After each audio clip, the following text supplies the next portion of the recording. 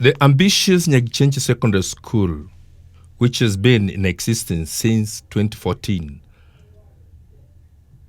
has a presentation of the stone, Egware in the local language. The soapstone art is part of the fine arts based on sculpture.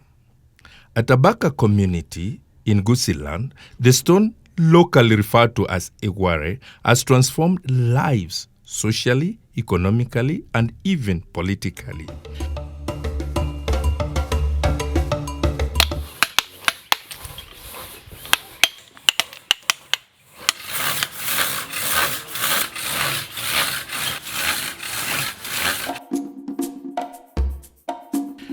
The art of the stone, Egware, is a source of inspiration, and that is why people from this part of the world use it to accommodate so many issues. The expression of beauty, both in visual appearance and emotional attachment, has the source affecting its environment. The stone Egware of Tabaka has impacted not only the locals but international level too.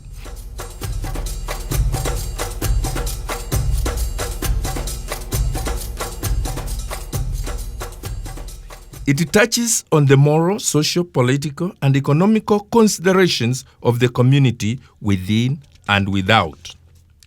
At Nyagichenchi Secondary School, we get to understand the foundations of its effects amongst the students' population and their parents, or I can say, and the community, and how it has positively impacted on their lives in and outside the school. Egware is a natural stone. It is a natural earning, carved because of its beauty. It is a resource that is not renewable. Students of Nyagichenchi Secondary School and other institutions around Tabaka assist their parents in preparing the stone for the local and international market. It is part of their daily routine, economical activity that provides food for the table and enhances other social provisions for the family, as Mse Shem puts it. My name is Shem Mugendi. I come from this area of Tabaka ward, which is in the South Mogran constituency, Kisii County. Well, I'm a sculptor by profession. That's my main source of income. And I'm not the only one. There are several of them who are doing the same work for their livelihood. So I'm some sort of 35 years of experience on this particular industry, soapstone industry. It has already done a lot to my side, supporting my household, education-wise, in the medical, and generally economical household. So most of the people around this area rely on this soapstone carving industry.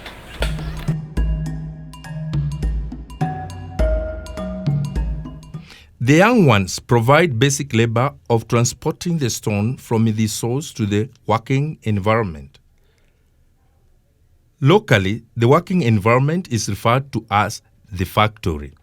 After delivery, the parents start the art of working on the stone using different types of tools, and depending on what shape of the item they want to depict or customize for the client. Note that the stone provides freedom of expression and gesture of what the customer wants. Not to forget that in early depictions, the people of Tabaka used to reproduce artifacts related to environmental adaptations of nature, like wild animals and even the domesticated animals. They could sculpt leaders, especially the political class, and give them as presents. Realize also that the stone could be carved to express emotions and gestures of goodwill. For instance, it can express love. At the same time, it can express hate, like this stone as a world market during Valentine's period.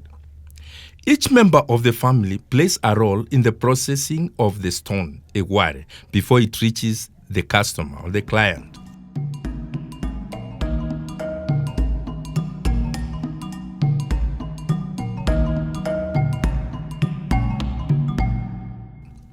Women are the cleaners, or they furnish the end product for market, while mostly the men create and work on the expected artwork. It is important to note that, apart from being an economical source for the family unit, it has transformed the village by formations of cooperative movements, of small-scale saving societies, and to a larger community-based organizations that now provide loans to the artists and process the marketing aspect locally and internationally, as Shem explains. From outside, from foreign countries, like we have the Undugu Society, which is supported by New Zealand. Undugu Society, mainly one of the activities is soapstone. It has also members from around this area who are members. They supply to this Undugu Society, and the Undugu Society sells to international markets, and the profit is brought back to the community. Yeah. The stone has assisted in educating the population from basic colleges, tertiary, and finally even to universities within and abroad. The stone has attracted development of roads network to the village of Tabaka.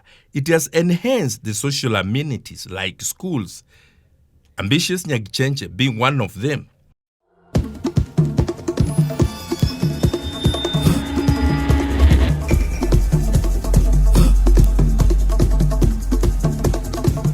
Oino teño nelitimo lyae. Oya oino teño nelitimo lyae. Oya oino teño. Gaselio moruli nelitimo lyae. Oya gaselio moruli nelitimo lyae. Oya gaselio moruli.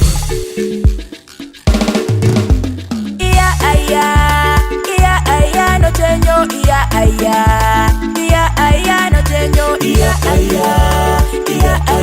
tenyo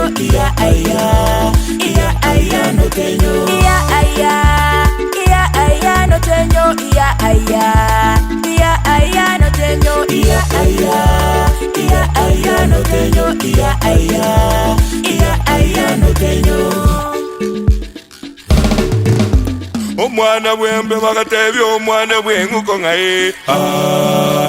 Omwana wembe bakaboli omwana bwenguko ngaye.